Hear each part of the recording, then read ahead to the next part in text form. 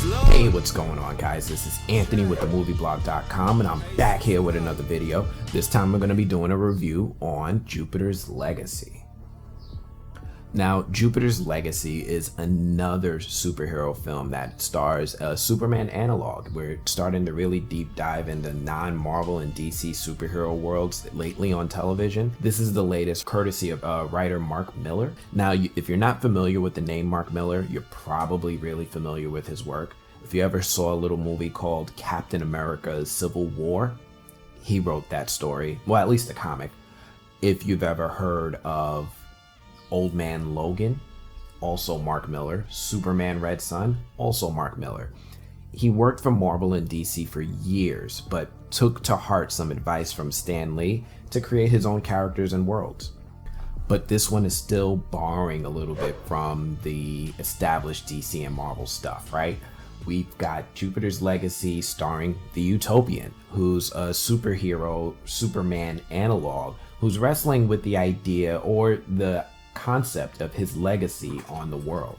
He's from an older generation. He has ideals and methods that don't always line up with some of the things that are happening in contemporary times. He's worried about how things will be after he's gone. And his son Brandon is actually doing his best to try to live up to the legacy and take on the mantle of the Utopian whenever his dad decides to step down. But that's not all, right? It's not just a father and son thing. There's a super mom, there's a super sister, there's a lot of superpowered beings in this show. And it's kind of interesting. Let's dive right in. The good. The family drama in this show is actually really, really good. Like, if you're into that kind of stuff, if you're like into like the CW type of dramas, like a One Tree Hill or Seventh Heaven type of show, it's actually really good in that regard. And it's a little refreshing to see it wrapped in the world of superheroes.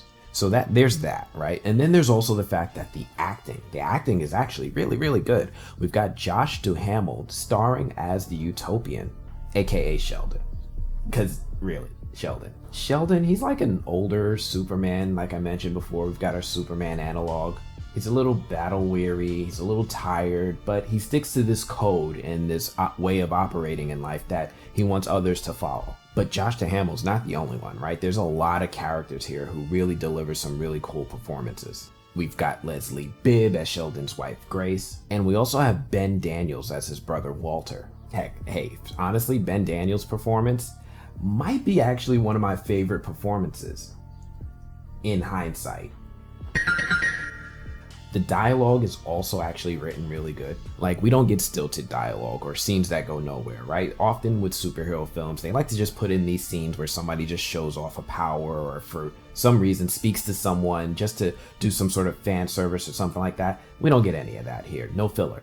In fact, Jupiter's Legacy is actually pretty lean in that regard. They don't really stray too far outside of the story unless it's wrapped or ties back into the story or plot. There's not really a lot of exploration outside of things that are going to push the narrative. And I gotta tell you, it's nice because we get actual true character development. Like, we get the interpersonal relationships, we get to explore how this person gets along with that person, we get true development and growth from people. And it's really nice to see, right? To have that interconnected, thought out, fleshed out relationship and world for us to explore. I don't feel like I'm watching something that's half-baked or just a narrow view of the world based off of all that they planned on doing. This is fully fleshed out. Also in the good, Jupiter's Legacy deals with a lot of consequence and a lot of death. Not like leaning into the gore or violence like, Invincible or The Boys, but it does deal with a lot of death and consequence and exploring how that impacts and has an effect, which brings us back to the code. The Utopian has this no-kill code, right? No kill. Superman, Utopian, they're pretty much the same thing. Superman doesn't kill. He doesn't think that it's his place or his right to kill because he's not a judge, jury, and executioner. He wants people to have due process and follow the law of the land as far as how they're going to be tried or held accountable for their crimes or their actions. He really believes in this code. He believes it's the right thing to do, and he thinks people should follow the example that he's setting for them. And now, the bad. So, Jupiter's Legacy has some really positive things going for it, and it also has some really bad things. The costumes. Now, if you look at the costumes of the Utopian and the other heroes, you're probably going to wonder, are you watching a Netflix show or are you watching a show on the CW? And that's because of the quality of the material, the designs, the looks of the characters, and some of the acting from the people portraying them comes off very CW-ish.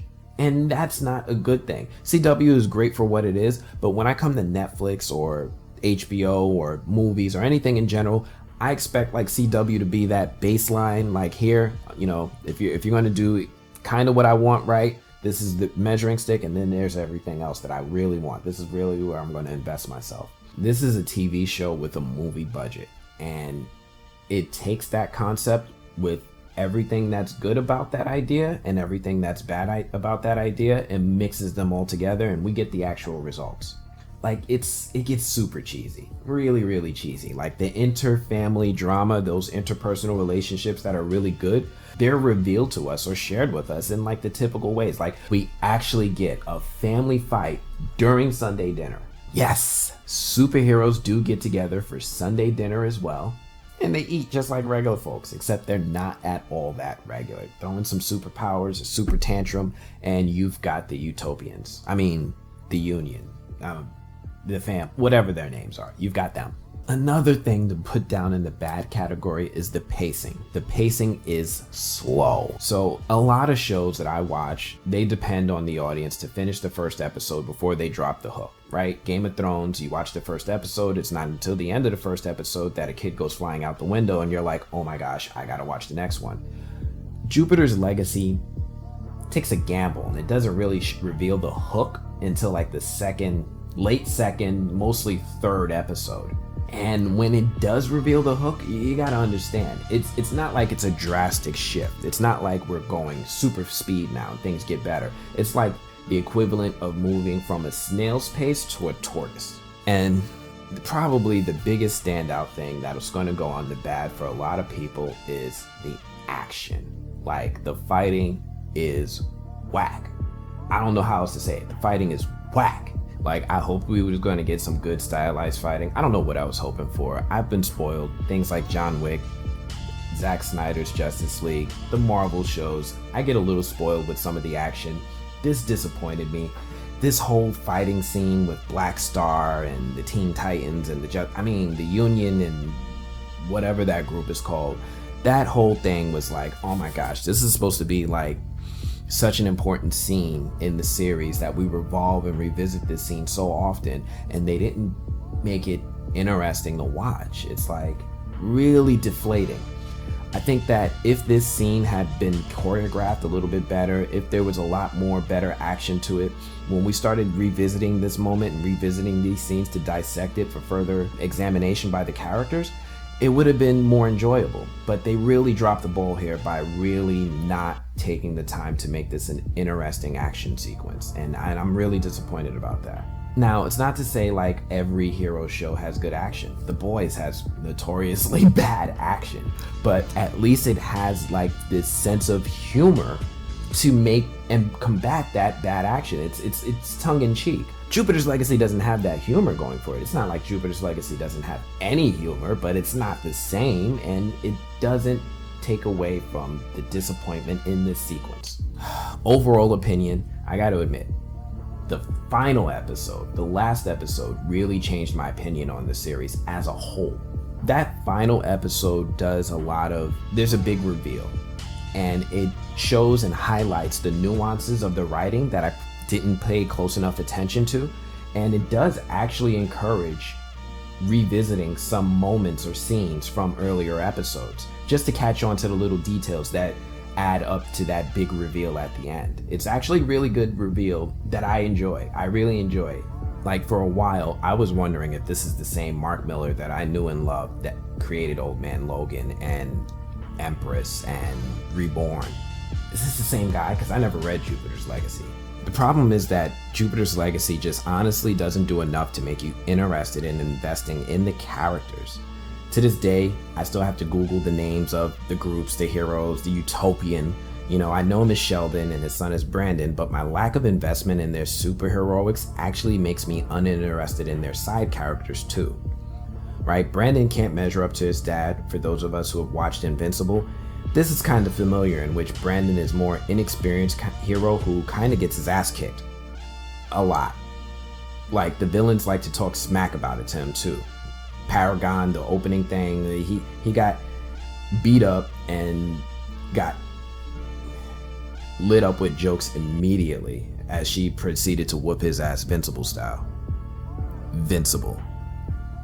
This show asks me a lot of questions that I just don't understand. Why am I trying to relate to Superman? Why should I care about this interfamily drama? Why am I invested in this origin? Actually, the origin, I want to know how they got their powers. That's kind of interesting. And I'm really interested in seeing what the Union might have been like in their prime. So in that way, Jupiter's Legacy does make me interested to see more, but it also doesn't make me anxious or excited to see more. Like, if we get a second season, I'll watch it, but if they don't, I'm okay. That's how I feel about Jupiter's Legacy. Let me know what you guys think. I watched this entire series. I'm excited to see more. I can't wait to see more from the Millerverse. If I had to scale it on a 1 to 10, I'd probably give it somewhere like 6.5 or 7. That's all I got for this one. Do me a favor, if you guys are new to this channel, if you like this video, smash that like button. And if you want to see more from me and you want to be notified, make sure you subscribe. That's all I got for now. I'm gonna check you guys later. Peace.